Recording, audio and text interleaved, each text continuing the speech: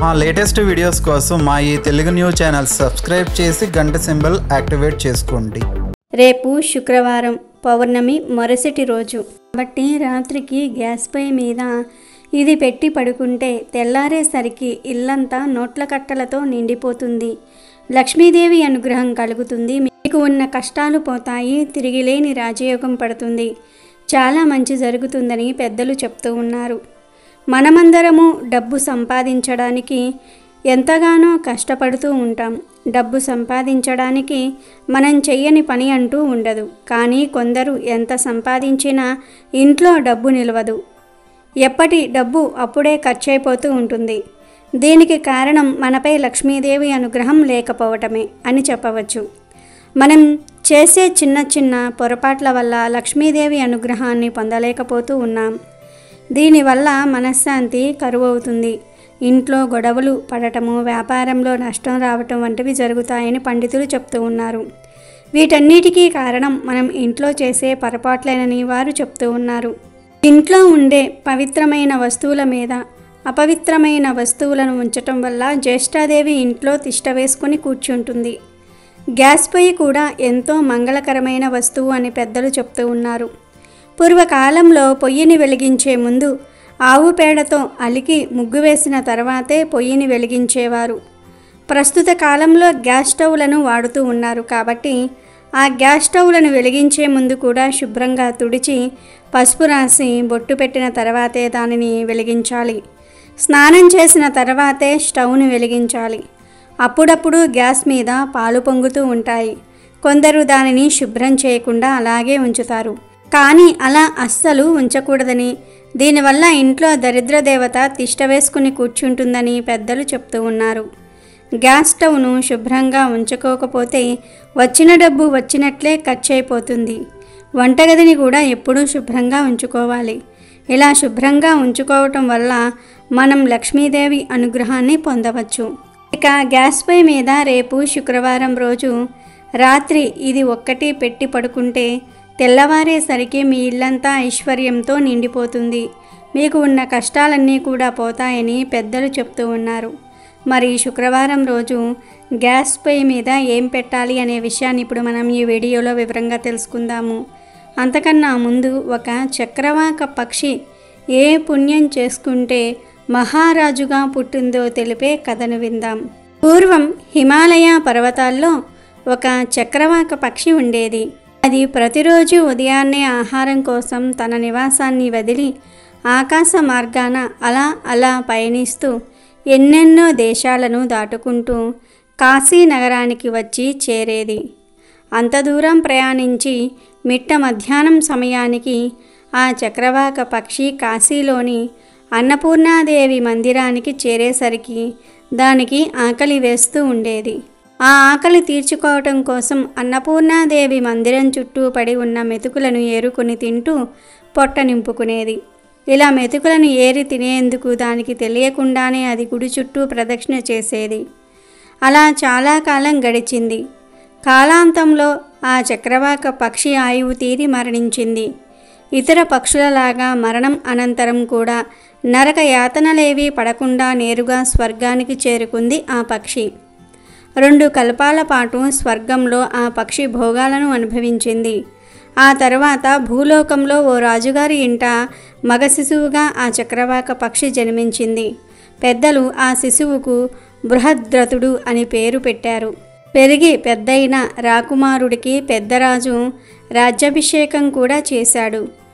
బృహద్రథుడికి త్రికాలజ్ఞత ఉండేది. భూత భవిష్యత్తు వర్తమానాలు ఆయన కళ్ళెదుట ఎప్పుడూ కనిపిస్తూ ఉండేవి. బృహద్రథుడు ప్రజారంజకమైన పరిపాలకుడిగా పేరు తెచ్చుకున్నాడు. యజ్ఞ యాగాది క్రతువులు చేస్తూ ఉత్తముడిగా పెద్దలందరి చేత ప్రశంసలందుకున్నాడు. వీటన్నిటితో పాటు బృహద్రథుడికి పూర్వజన్మ జ్ఞాపకాలు ఉండేవి. అతడి త్రికాలజ్ఞత పూర్వజన్మ స్మృతి లాంటివి ఆనాడు ఆ నోట ప్రజలందరికీ చేరాయి. గొప్ప గొప్ప మునులు సైతం ఆ రాజు మహత్తర శక్తికి ఆశ్చర్యపోతూ అంతటి శక్తి ఆయనకు ఎలా కలిగిందో తెలుసుకోవాలని ఉత్సాహపడుతూ ఉండేవారు. అలాంటి మునులలో కొందరు పెద్దవారు ధైర్యం చేసి ఒకరోజు రాజు దగ్గరకు బయలుదేరారు.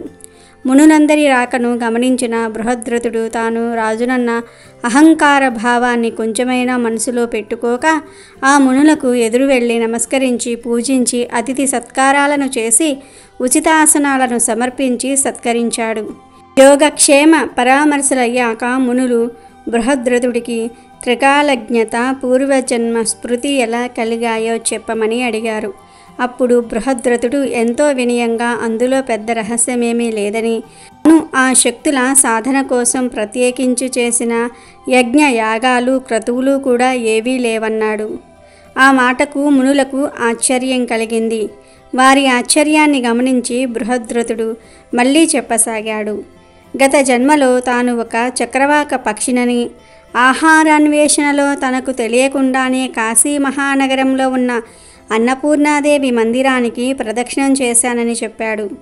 ఆ ఫలితమే తనకు ఎంతో పుణ్యాన్ని చేకూర్చి పెట్టి 2 కల్పాల పాటు స్వర్గ సుఖాలను ఇచ్చి ఈ జన్మలో మహారాజయోగాన్ని కూడా కలగజేసిందన్నాడు. తనకు లభించిన శక్తులు భోగాలు అన్నీ కాశీ అన్నపూర్ణాదేవి మందిరానికి చేసిన ప్రదక్షిణల ఫలితమేనని, జగదాంబ అయిన ఆ అన్నపూర్ణాదేవికి అంతటి మహత్యం ఉన్నదని బృహద్రథుడు చెప్పాడు.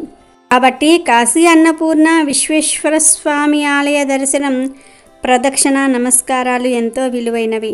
కాశీ నగరంలోని అన్నపూర్ణాదేవి గుడి చుట్టూ చేసిన ప్రదక్షిణల ప్రభావం ఎంత గొప్పదో ఈ కథ సూచిస్తుంది. ఇక వీడియోలోకి వెళ్లే ముందు ఈ వీడియో నచ్చితే లైక్ చేసి షేర్ చేయండి. అలాగే మా ఛానల్ని కూడా సబ్స్క్రైబ్ చేసుకోండి. ఇక వీడియోలోకి వస్తే, రేపు వచ్చే శుక్రవారం చాలా విశేషమైనది. ఎవరైతే లక్ష్మీదేవి అనుగ్రహంతో ధన సంపాదన పెరగాలని కోరుకుంటూ ఉంటారో వారు ఈ శుక్రవారం రోజు రాత్రి ఒక చిన్న పరిహారం చేయాలని పరిహార శాస్త్రంలో ఉంది. అసలు ఏం చేయాలి అంటే ఏమీ లేదు. రోజు రాత్రి స్నానం చేసి అన్నం తినేసి అన్ని పనులు పూర్తి చేసుకుని పడుకునే ముందు చక్కగా ఒక ప్లేట్ను కానీ గిన్నెను కానీ తీసుకోండి. స్టీల్, ఇత్తడి, రాగి, గాజు, ప్లాస్టిక్, మట్టివి ఇలా ఏ లోహంతో చేసినవి అయినా సరే తీసుకోవచ్చు. ఇలా ఒక పాత్రను తీసుకుని దానిలో నిండుగా గల్లులుప్పు పోయండి. ఒక చిన్న పాత్ర తీసుకుని దానిలో గల్లులుప్పు వేసుకుంటే సరిపోతుంది. ఇలా ఉప్పు వేసుకుని ఆపు మీద 7 లవంగాలను గుండ్రంగా పెట్టండి. కేవలం పువ్వు ఉన్న లవంగాలను మాత్రమే పెట్టండి. తర్వాత ఈ లవంగాల మీద లైట్గా పసుపు చల్లండి. తర్వాత ఈ గిన్నెను తీసుకుని వెళ్ళి మీ వంటగదిలోని గ్యాస్ పొయ్యి పైన పెట్టండి. పెట్టే ముందు గ్యాస్ పొయ్యిని క్లీన్ చేయండి. ఉప్పు పాత్రను గ్యాస్ పొయ్యి మీద పెట్టి అలా వదిలివేయండి. ఇక మీరు వెళ్ళి పడుకోండి. మళ్ళీ మరునాడు ఉదయం నిద్రలేవగానే బ్రష్ చేసుకుని వంటగదిలోనికి వెళ్ళి ఆ ఉప్పు పాత్రను తీసి బయటకు తెచ్చి మీ ఇంట్లో అందరికీ కనబడే విధంగా ఎక్కడైనా సరే పెట్టండి. పెట్టి అలా 7 రోజుల పాటు వదిలివేయండి.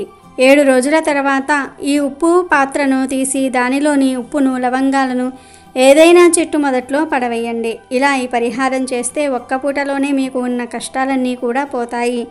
లక్ష్మీదేవి అనుగ్రహం కలుగుతుంది. అప్పులు, ఆర్థిక సమస్యలన్నీ కూడా పోతాయి. విపరీత ధనలాభం కలుగుతుంది. కాబట్టి మీరు కూడా రేపు శుక్రవారం రోజు రాత్రి పడుకునే ముందు గ్యాస్ పొయ్యి దగ్గర ఈ పరిహారం చేసి శుభ ఫలితాలను పొంది సంతోషంగా జీవించండి. అమెజాన్లో బెస్ట్ డిస్కౌంట్స్ కోసం వీడియో డిస్క్రిప్షన్లో లింకు ఉంది, చూడండి. అలాగే మా టెలిగ్రామ్ ఛానల్ సబ్స్క్రైబ్ చేసుకోండి.